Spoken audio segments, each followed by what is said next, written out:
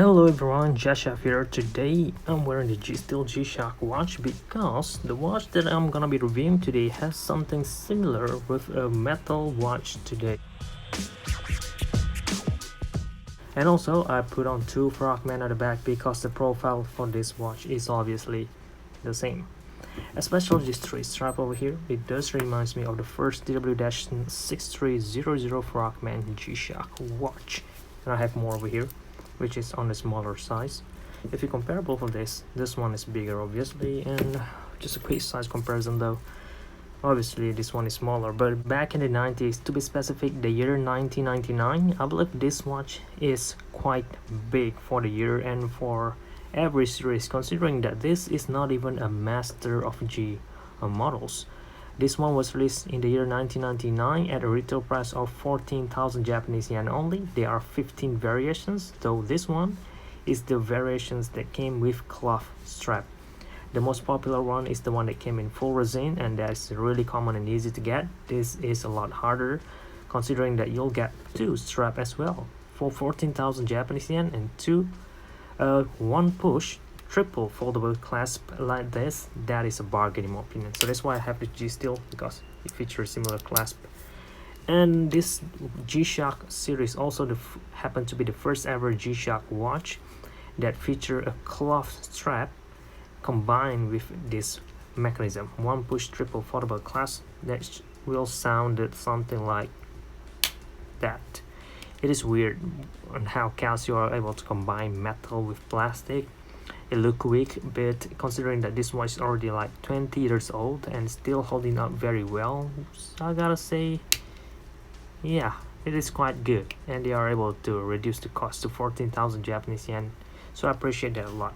You can see the mechanism in there still working as well, although it get weird, especially when you look really closely. You'll see that this metal plate is bent to the right a little bit, but the rest are just fine. The strap, the nylon part, is holding up very well. Feels really sturdy and strong.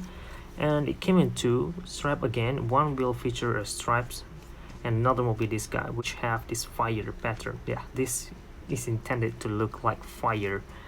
That is how it looks like. And I've got the watch in the used condition as always, and I didn't get the other strap. This is all that I have with me. And look at how big the strap is. Although if you compare to the recent model, look at that, it is much bigger than recent release models, but I think it matched very well with the special adapter and also the watch body itself. Well balanced. The strap have casio sign at the bottom without any specific country at all, and it was locked with a pin over here, and you could adjust it manually on this side over here. And you'll have water resist 20 bar metal plate and also protection over here. This metal plate has a dedicated spring bar to lock it into place.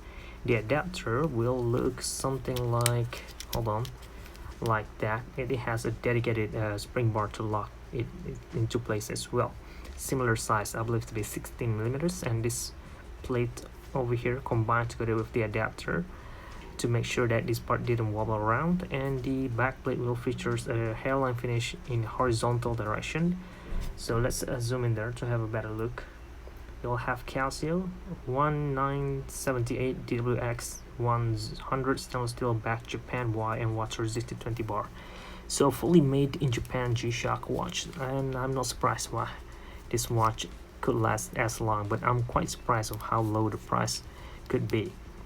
But if you consider the function that this watch have, it is not really a lot, but compared to square models, entry-level G-Shocks today, this is much better. Before I get to the functions, this watch has a round button over here, mode square buttons, and two more buttons on this side for the light operation, split reset, and one more metal button at the front for light button as well. So it works similarly as any DWX-100 series that I reviewed on the channel before, so no surprise. I'm used to this kind of function, but I'm just very impressed with the overall build, the unique, I have no idea what the person is thinking about when they came out with this type of design. So pressing mode button once, we'll see day, date and time, and seconds graphics in there, pretty much it. EL backlighting in green colorway with auto light functions. If you press this lower right button, tilt the watch and you are good to go. This watch also have flash function, which basically will flash the light at the same time beep when the timer or the alarm is off. Next, you'll have a stopwatch. Notice each time I press the mode button, it will blink instead of just swap the display. So that's unique. First mode brings you into stopwatch, which could be start using this front button, split off, start, and it has a range to 24 hours, and that is all. Stop, reset.